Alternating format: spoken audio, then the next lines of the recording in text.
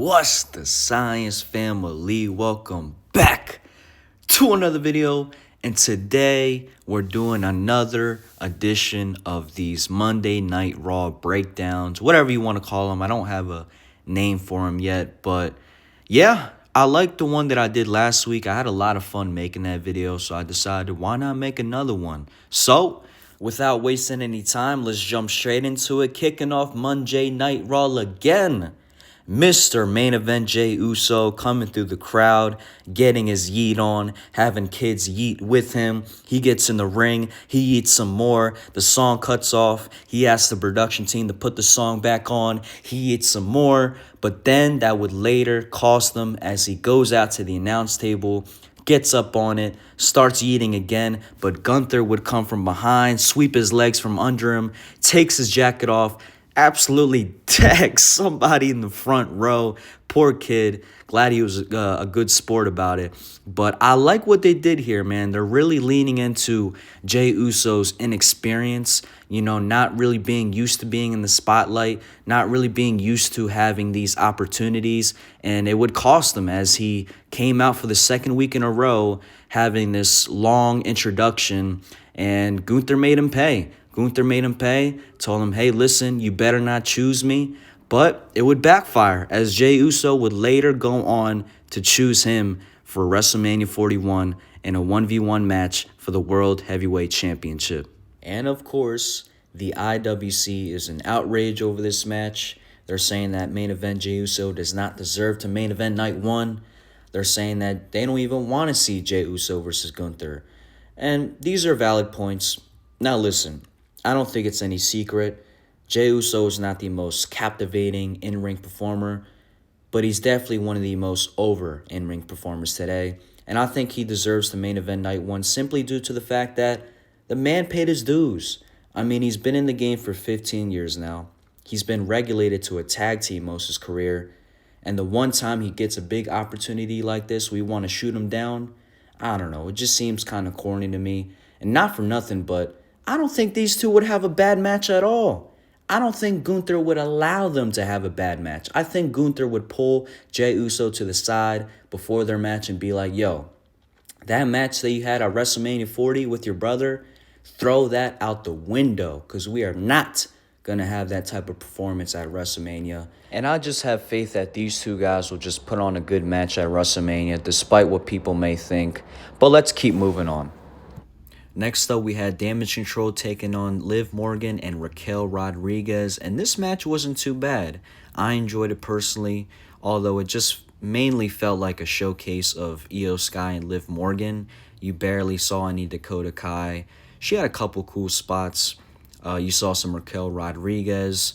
I think it was mainly just to showcase Liv Morgan and Raquel Rodriguez as a tag team, as well as building credibility for them, because I do see them eventually becoming the next tag team champions.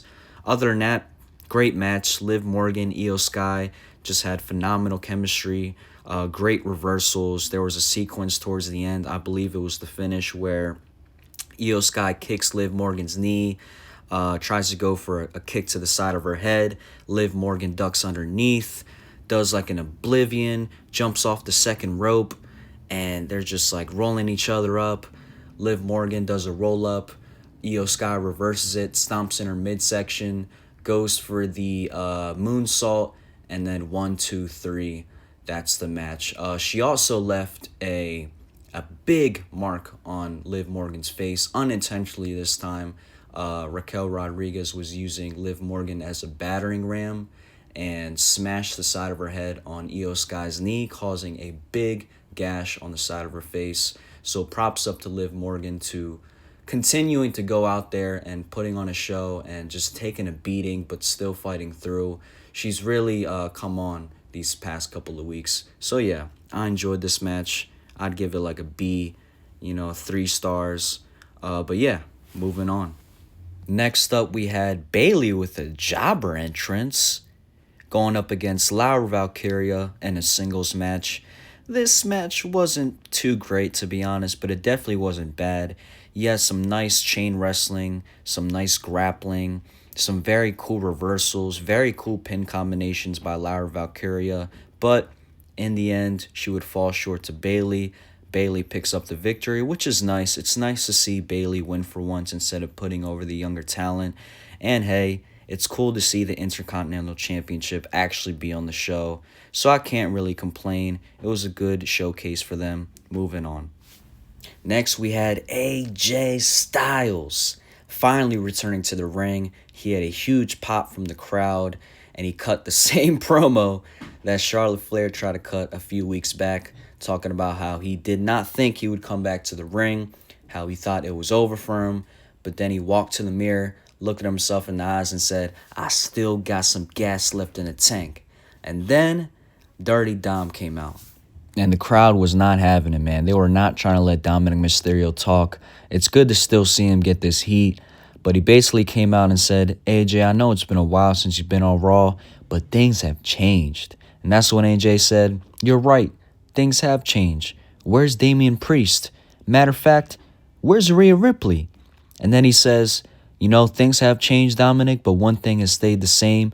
You're still Rey Mysterio's punk-ass son," which then leads to AJ Styles going backstage to talk to Adam Pearce, which sets up a match next week between AJ Styles and Dominic Mysterio.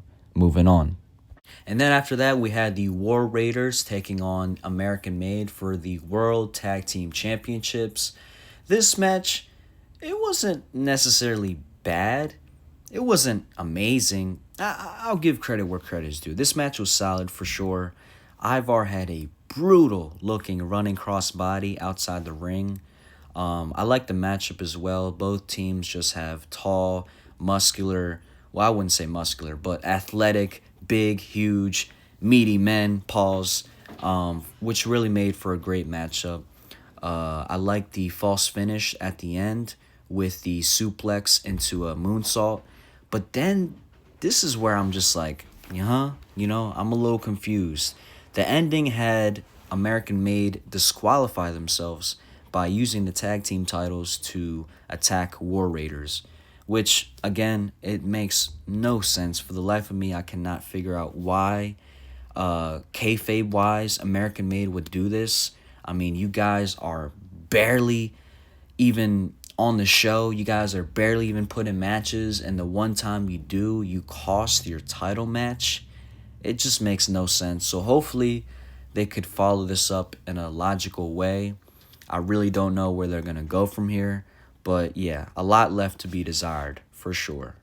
And then we had a backstage segment with the Judgment Day. And there was another backstage segment early on in the show that I forgot to mention, which was between AJ Styles and Braun Breaker. They had a little stare-off that could potentially plant the seeds for a future matchup. But this one in particular, it didn't really have too much to talk about. I feel like it was mainly just to highlight the group's turmoil and how the group is heading in two different directions and how we could potentially have a face turn from Dominic Mysterio, who will eventually turn his back on Finn Balor and become his own separate entity. CM Punk comes out doing what CM Punk does best, convincing the world that he's going to win at Elimination Chamber. Man, CM Punk is so good at selling himself to be the one to win, using words like, "I'm as confident as I've ever been," constantly pointing at the WrestleMania sign. And then he calls out Cody Rhodes, telling him that he has to stab him in the front now and that he's choosing to chase after him if he wins. Then Logan Paul comes out. And you would think, right, you would maybe just think that Logan Paul gained a little bit respect from saving Rey Mysterio from breaking his neck at the Crown Jewel pay-per-view. But no, that is not the case. This man is absolutely hated. Nobody likes him. Nobody wants to see him on their TV anymore. But he comes out, he tells Punk, "I drew your number at the Royal Rumble, and I'm going to draw your number again at the Elimination Chamber." Punk fired back and says, "Don't worry about my number. Worry about the number you drew tonight," and that's 619. And I think we all knew, right? Logan Paul is going to win this match, and he did.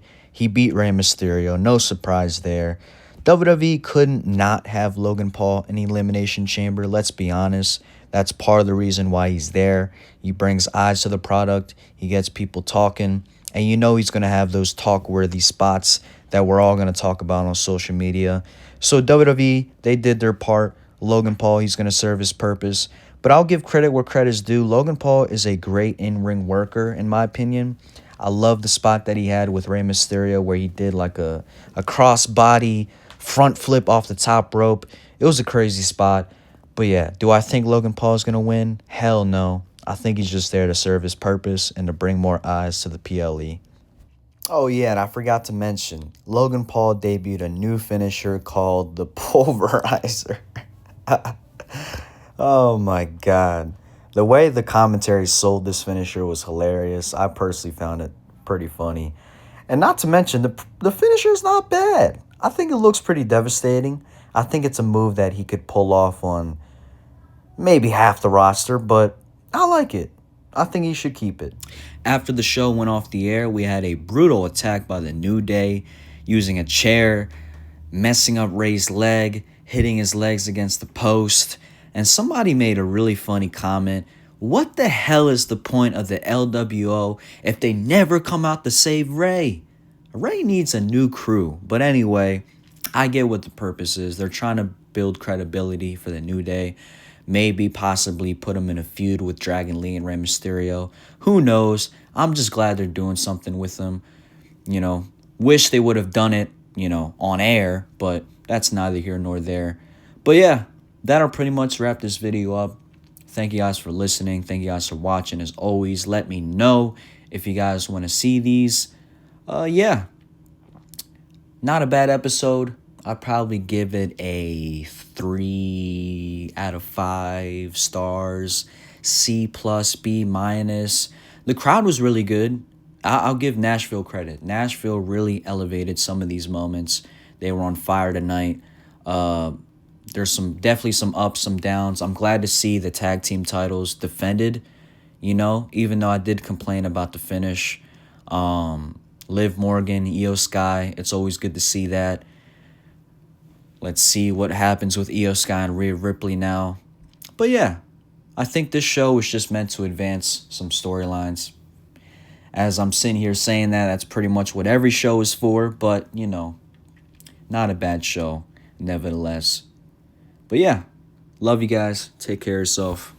Peace.